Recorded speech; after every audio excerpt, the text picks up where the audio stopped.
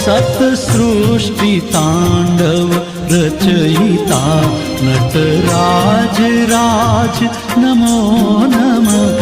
हे आद्य गुरु शंकर पिता, हे आद्य गुरु शंकर पिता नटराज राज नमो नमः।